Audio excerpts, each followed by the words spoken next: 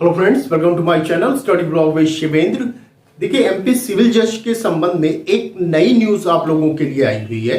वो न्यूज क्या है? न्यूज ये है कि सुप्रीम कोर्ट में एक पीआईएल दाखिल की गई थी, यहाँ पे रिट पिटीशन दाखिल की गई थी, जिसे सुप्रीम कोर्ट के द्वारा रिजेक्ट कर दिया गया है। तो आज के वीडियो में हम लोग दो चीजें जानेंगे। पहली, इस चीज के लिए सुप्रीम कोर्ट में रिट पिटीशन को दाखिल किया गया था, पहली चीज। दूसरी चीज हम जानेंगे कि सुप्रीम कोर्ट के द्वारा जो रिट पिटीशन है उसको क्यों रिजेक्ट किया गया। ठीक है, तो चलिए आइए वीडियो को स्टार्ट करते हैं। देखिए, हम बात कर रहे हैं एमपी जुडिशरी के संबंध में। ठीक है, एमपी सिविल जज के लिए पहले क्या योग्यता थी? पहले सिर्फ यही योग्यता थी कि आप लॉ पास आउट होना चाहिए। लॉ पास आउट है, आप एमपी सिविल जज का फॉर्म भर सकते हैं। ठीक है, पहले यही चीज थी। लेकिन पिछले कुछ महीनों से एक नया रूल आया। उस नए रूल के माध्यम से दो चीजें वहां पर ऐड की गई। क्या ऐड किया गया? देखिए, दो चीजें ऐड ये की गई थी कि पहली चीज कहा गया कि जिन्होंने लॉ पास आउट किया है, चाहे वो 3 साल का किया है एलएलबी, चाहे वो 5 साल का एलएलबी किया है, शर्त ये रहेगी कि वो 70% से क्या हो, एलएलबी पास आउट होना चाहिए उन्हें। ठीक है, तो ही वो क्या कर सकते हैं, एमपी जुडिशरी का फॉर्म भर सकते हैं। क्लियर? या जिनके पास ये 70% आपका नहीं है, वो क्या करेंगे?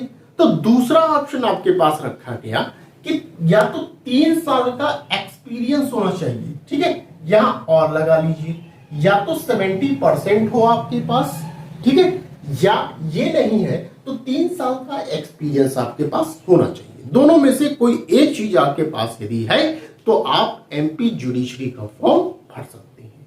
ये आपका रूल आया था।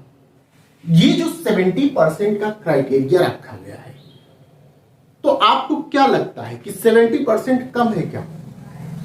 आप ये समझिए कि कोई भी स्टूडेंट जिसने एलएलबी 3 साल का किया, तो क्या वो 70% ला सकेगा?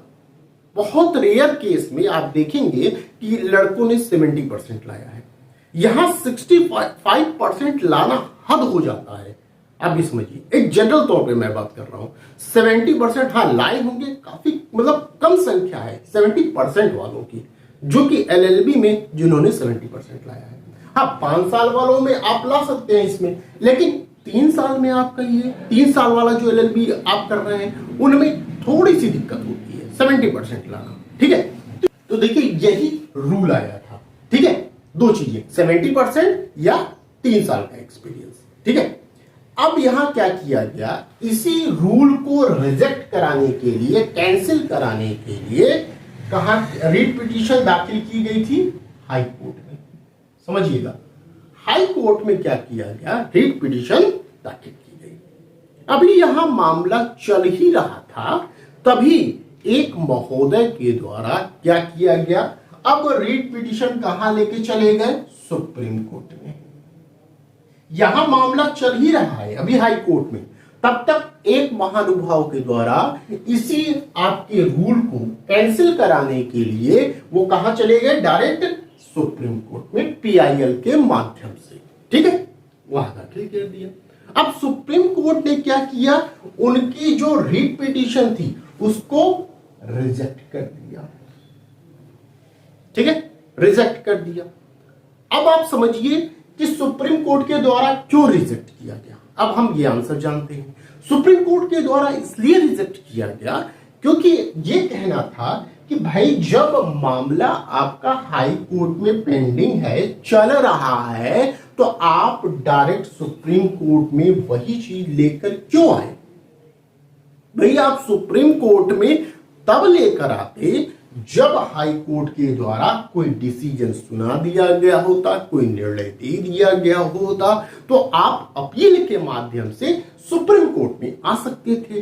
क्योंकि मामला पहले से चल रहा है और आप डायरेक्ट यहां कूद गए सुप्रीम कोर्ट में, इतनी जल्दबाजी थी आपको।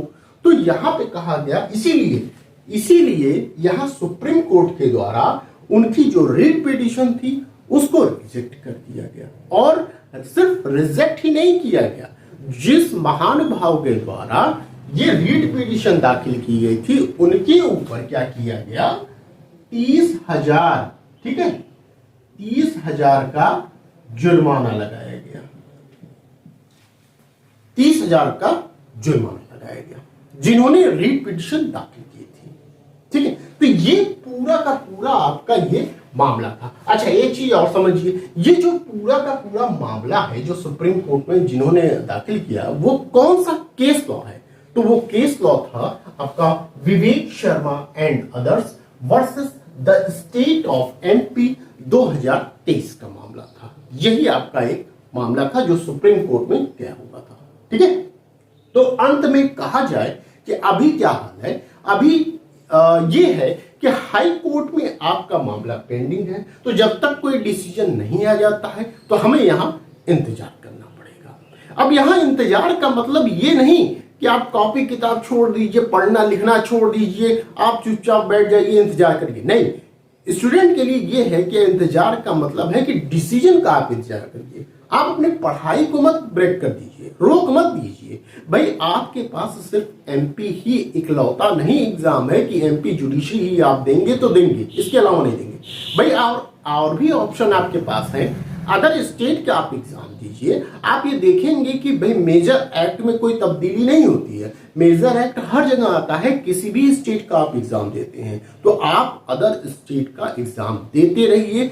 वो स्टूडेंट, खासकर वो स्टूडेंट जो ना तो इस दायरे में आते हैं ना तो इस दायरे में आते हैं, तो वो क्या करेंगे, वो अदर स्टेट का तैयारी करें, एग्जाम दें, फॉर्म आता है फिल करें और उसका एग्जाम दें अच्छे से। ठीक है, डिसीजन जब आएगा हाई कोर्ट का तब आएगा, तब हम लोग देखेंगे कि डिसीजन क्या होता है। और जब डिसीजन आएगा तो मैं एक वीडियो बनाकर आपको अवगत करा दूंगा। ठीक है, तो ये पूरा का पूरा आपका मामला था। आई होप आपको ये चीजें समझ में आई होंगी। तो यदि आपको ये वीडियो अच्छी लगी हो तो प्लीज वीडियो को लाइक कर दीजिएगा, शेयर कर दीजिएगा और चैनल को सब्सक्राइब कर दीजिएगा। और इसके साथ साथ यदि आप जुडिशरी की तैयारी कर रहे हैं, कोई भी किसी भी स्टेट की तैयारी कर रहे हैं और आप क्लास को मेरी ज्वाइन करना चाहते हैं, तो आप बताए गए नंबर पर कॉल या व्हाट्सएप के माध्यम से क्लास को ज्वाइन कर सकते हैं। साथ ही साथ ये हमारा टेलीग्राम ग्रुप है शिवेंद्र लॉ स्टडी के नाम से, इसको भी आप ज्वाइन कर सकते हैं क्योंकि कोई भी न्यूज आती है तो मैं इसी टेलीग्राम ग्रुप पे शेयर करता हूं। ठीक है, तो बस आज के लिए इतना ही, फिर मिलते हैं नेक्स्ट वीडियो में। Thank you.